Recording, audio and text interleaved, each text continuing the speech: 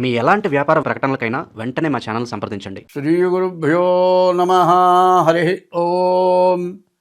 శ్రీ మహాగణాధిపతయే నమ. శ్రీ మహాసరస్వత్యై నమ. శ్రీ గురుభ్యో నమ. హరి ఓం.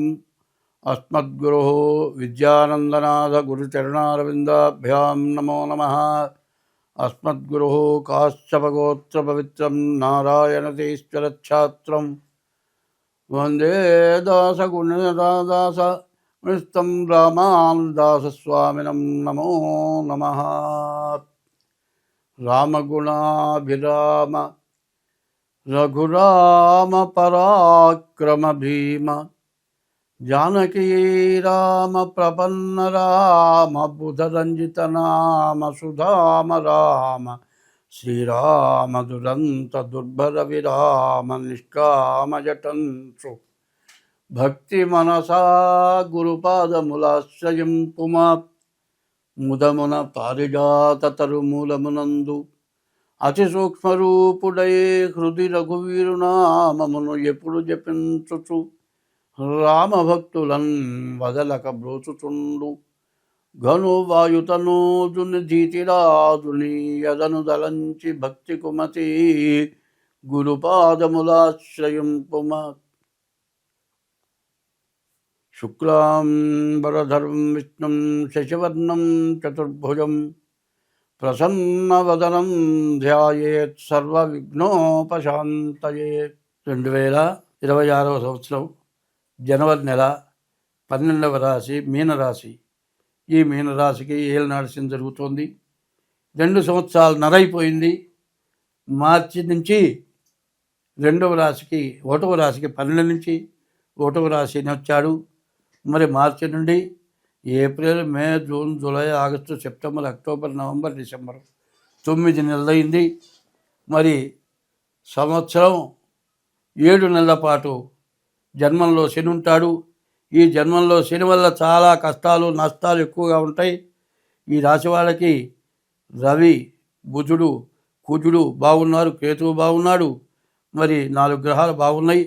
ఈ మీనరాశి చాలా బాగున్నదని చెప్పాలి. కానీ ఏలినాడు శని మాత్రం వదిలిపెట్టదు. ఏలినాడు శని వల్ల బాధలు ఎక్కువగా ఉంటాయి. ముందు ఈ రాశివాళ్ళు తప్పనిసరిగా శనికి 19,000 జపం చేయించుకొని నల్లలు దారం ఇవ్వండి. ప్రతి శనివారం శనికి అభిషేకం చేయించుకోండి. ప్రతి సోమవారం ఈశ్వరుడికి అభిషేకం చేయించుకోండి. ఈ జన్మం నుంచి ద్వితీయానికి వచ్చే లోపల మీకు చాలా అష్ట కష్టాలు చాలా ఉన్నాయి. వీటి నుంచి బయటపడతారు. నేను చెప్పింది చేస్తే మీకు అన్ని విధాలా బాగుంటుంది. ప్రతిరోజు సూర్యోదయానికి ముందు లేవండి. మరి మొట్టమొదట చెప్పింది మేషరాశిలో చెప్పాను. భూమి తాకి నమస్కారం చేయటం, అరిచేతులు చూసుకొని నమస్కారం చేయటం, తెల్లవారుజామున లేచి స్నానం చేయటం, దేవుడి దగ్గర దీపారాధన చేయటం, సూర్య నమస్కారం చేయటం, ఇటువంటివన్నీ కూడా ప్రతిరోజు చేయాలి. పొద్దున్నే లేచిన తర్వాత శివాలయానికి వెళ్ళి శివుడి నమస్కారం చేయాలి. మారేడు చెట్టు దగ్గరికి వెళ్ళాలి. దర్శనం బిల్వవృక్షస్య, కళ్ళతో చూడటం వల్ల, స్పర్శనం పాపనాశనం, చేతితో తాకితే పాపం పోతుంది. అఘోర పాప సంహారం, ఏకబిల్వం శివార్పణం. అఘోరం అంటే చెప్పటానికి వీల్లేనటువంటి మహాఘోరాలు చేసినటువంటి పాపం కూడా మారేడు దళాలతో ఈశ్వరుని పూజిస్తే పోతుంది. కాబట్టి పాపం నుంచి విముక్తి కావాలి అంటే పాపం వల్లే ఏలినాడు శనిలో బాధలు పెరుగుతాయి. శని దుర్మార్గుడు కాదు, మంచి టైంలో నీకు చాలా మేలు చేస్తాడు. ఇదే ఏలినాడు శనిలో మీరు పుణ్యం చేసుకుని ఉంటే చాలా సుఖపడతారు. పాపం చేసుకుని ఉంటేనే కష్టపడతారు. నీవు చేసింది కానీ, నీ తల్లిదండ్రులు చేసింది కానీ, నీ వంశంలో వాళ్ళు చేసిన పాపాలని కూడా మిమ్మల్ని హింసింపజేస్తారు. కాబట్టి ఈ రాశి వాళ్ళు ప్రతిరోజు కూడా శివాలయానికి వెళ్ళి శివ దర్శనం చేసుకోండి. అన్ని విధాలా బాగుంటారు. అట్లా కాకుండా ఎప్పుడైనా సరే దేవుణ్ణి స్మరించకుండా మరి అన్నం తినకూడదు.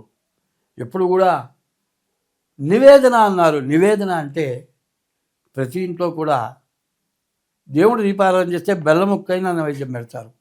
కాదు, నీవు వండుకున్న పదార్థం దేవుడి దగ్గర పెట్టి నివేదన చేస్తావంటారు. నువ్వు పెడితే ఆయన తింటలే. నీవు నివేదన అంటే నీకు లోపల ఉన్నది బాధ, ఆ బాధని ఆవేదన, ఆ ఆవేదన చెప్పుకోవటమే నివేదన. ఆ దేవుడికి ఆ విధమైన నివేదన చేసుకొని దేవుడికి నమస్కారం చేసి, అయ్యా నీవే ఇచ్చావు ఇవన్నీ, నీ వల్ల నేను బతుకుతున్నాను అని దండం పెట్టడం. తల్లిదండ్రులకు కూడా ఇదే నమస్కారం చేయాలి. నాయనా, అమ్మా, నీ వల్లే నేను బతుకుతున్నాను, నీవు జన్మను ఇవ్వబట్టే నేను బతికాను, మరి నీ తర్వాతే నేను అని తల్లిదండ్రులకి దైవానికి నమస్కారం చేయటం ఇది ప్రధానమైనటువంటి లక్షణం. ఇది పోయింది. తల్లిదండ్రులకు దండం పెట్టడం, దేవుడికి దండం పెట్టడం ఇది పోయింది. భార్యను సక్రమంగా చూడకపోవటం, తర్వాత విపరీతమైన ఉద్యోగాలు సంపాదనలో పడి చివరికి ఏమవుతుంది, ఈ పరిస్థితులన్నీ చాలా ఇబ్బందికరంగా ఉంటున్నాయి. ఏమవుతుంది, ఖాళీ లేరు. ఖాళీ లేకుండా పగలల్లా చాకరీ చేసి ఇంకా ఎక్కువసేపు వర్క్ చేసి ఇంటికి వచ్చి పడుకుంటే నిద్ర పట్టలేదు కాబట్టి కొద్దిగా తాగటం. కొద్దిగా తాగితే ఒకరోజు కొద్దిగా, ముందు మందు, తర్వాత విందు. ఈ విందు ఏమిటి, ఏదన్నా ప్రమోషన్ వస్తే పార్టీ. ఏం పార్టీ, తాగటం పార్టీ.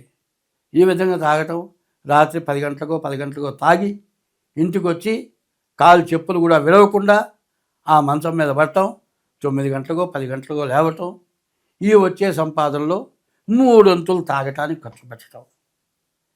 మానవులకు వస్తున్నటువంటి కష్టాలు ఏమిటయా అంటే తాగటం, మదమాంసాలు తినటం, వ్యభిచారం చేయటం, జూదం ఆడటం, చతుర్విధ వ్యసనాలు. తాగటం, మదమాంసాలు తినటం, వ్యభిచారం చేయటం, మరి అందరినీ హింసించడం. ఇవి దీనివల్ల కుటుంబాలు అందరూ కూడా భ్రష్టు పట్టిపోతున్నారు. కానీ చాలామంది తాగిన వాళ్ళ చివరికి నేను చెడిపోయినా నువ్వు చెడొద్దని పిల్లలకి చెబుతున్నారు. ఎందుకంటే ఓ చోట ఒక తాగుబోతున్నాడు, వాడు మా ఊళ్ళోనే బావుంది, మంచినీళ్ళ బావి దగ్గరికి పోయి నీళ్లు తోడుకుంటాం. అక్కడ బురద కాకుండా చుట్టూ సిమెంట్తో ఒక రౌండ్గా కట్టారు. ఆ నీళ్లు బయటకు పోయేట్టుగా శుభ్రంగా ఉండేట్టుగా చేస్తారు. రోజు వాడు పోయి ఆ నీళ్లు పళ్ళల్లో కూర్చుంటాడు. చుట్టూ గట్టు ఉంటుంది, దాని మీద 2 ఏళ్ళకు కూర్చుంటాడు.